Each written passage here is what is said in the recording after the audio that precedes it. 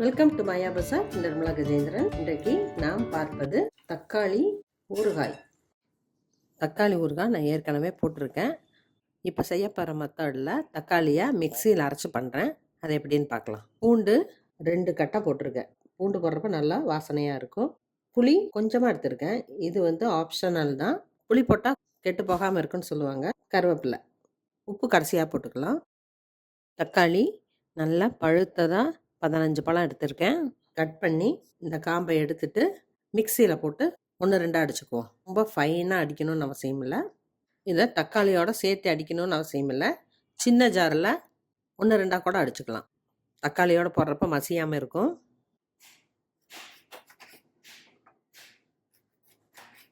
இந்த பாட்டை நம்ம இப்படி எடுத்துடணும்.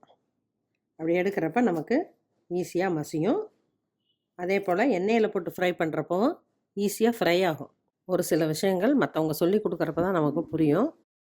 இதை நான் மாமியார் வீட்டில் கற்றுக்கிட்டேன். இவ்வளவு காம்பை எடுத்திருக்கேன். இதை நம்ம மிக்சியில் பீட் பண்ணிட்டு வந்துடுவோம். ரொம்பவும் ஃபைன் பேஸ்ட்டாக இருக்கணும்னு அவசியம் இல்லை. இதை மிக்சியில் 1-2 அரைச்சிட்டு வந்துடுவோம். கடாயில் 5 டேபிள் ஸ்பூன் எண்ணெய் ஊற்றிருக்கேன்.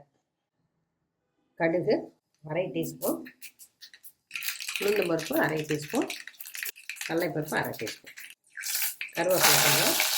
நம்ம அரைச்சி வச்ச பூண்டு கருவேப்பிலை விழுத போட்டுடலாம். அதோடைய தக்காளி அரைச்சி வச்சதையும் ஊற்றிடலாம்.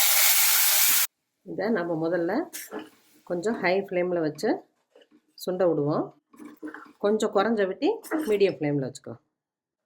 ஆரம்பத்தில் கொஞ்சம் மூடி போட்டு வேகட்டும். ஒரு தடவை கிளறி விடுவோம். தெரிக்கிறதுனால கொஞ்ச நேரம் மூடி வைப்போம். மிக்சியில் அடித்ததுனால சீக்கிரம் நமக்கு ஜாம் பக்குவத்தில் வந்துருச்சு. இன்னும் கொஞ்சம் நேரம் வேகட்டும். அடி பிடிக்காமல் பார்த்துக்கணும். இல்லாட்டி அந்த வாசம் மாறிக்கும். அடி கனமான கடாயாக வச்சுக்கணும். கொஞ்சம் ஓப்பன் பண்ணி வச்சுருவோம். இப்போ லேசாக எண்ணெய் பிரியுது. நம்ம தேவையான அளவு கல் உப்பு போட்டுக்கலாம். வீட்டில் அரைச்ச மிளகாய்த்தூள் இதில் 2 டேபிள் ஸ்பூன் போட்டிருக்கேன். காரம் வேணுங்கிறவங்க அதுக்கேற்ற மாதிரி அதிகப்படுத்திக்கலாம். வெல்லமும் நாட்டு சர்க்கரையோ கொஞ்சம் போட்டுக்கலாம்.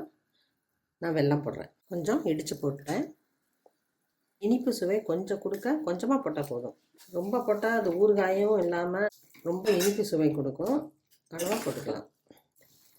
இப்போ எண்ணெய் பிரியறப்ப நம்ம ஆஃப் பண்ணிடலாம். அது கெட்டியாயிடுச்சு. உப்பு வெல்லம் எல்லாம் கரைஞ்சி இப்போ எண்ணெய் பிரியுது. ஊறுகாய்க்கு தேவையான பொடி செஞ்சுக்குவோம். வெந்தயம் 1 டீஸ்பூன் லேசாக செவக்கட்டும். பாதி சூடு ஏறினாலும் கடுகு போட்டுக்குவோம்.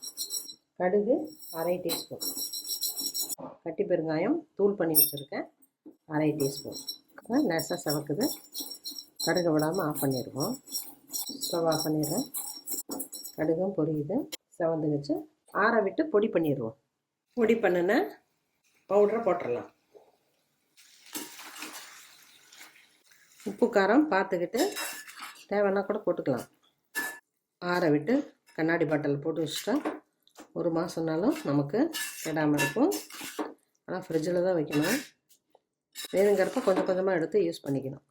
எல்லாம் ஒன்றா கலந்துருச்சு. ஸ்டவ் ஆஃப் பண்ணிடலாம். இன்னும் கொஞ்சம் எண்ணெய் மிதக்கணும்னு நினைக்கிறவங்க 1 டேபிள் ஸ்பூன் சூடு பண்ணி இதில் ஊற்றலாம். எண்ணெய் இருக்கிறதுனால தான் இப்படி சுருண்டு வருது. போதும்னு நினைக்கிறவங்க இதோட விட்டுடலாம். தக்காளி ஊறுகாய் ரெடி ஆயிடுச்சு. இட்லி, தோசை, சப்பாத்தி எல்லாம் டிஃபன் வெரைட்டிக்கும் நல்லாயிருக்கும். ஆப்பத்துக்கு கூட நல்லாயிருக்கும்.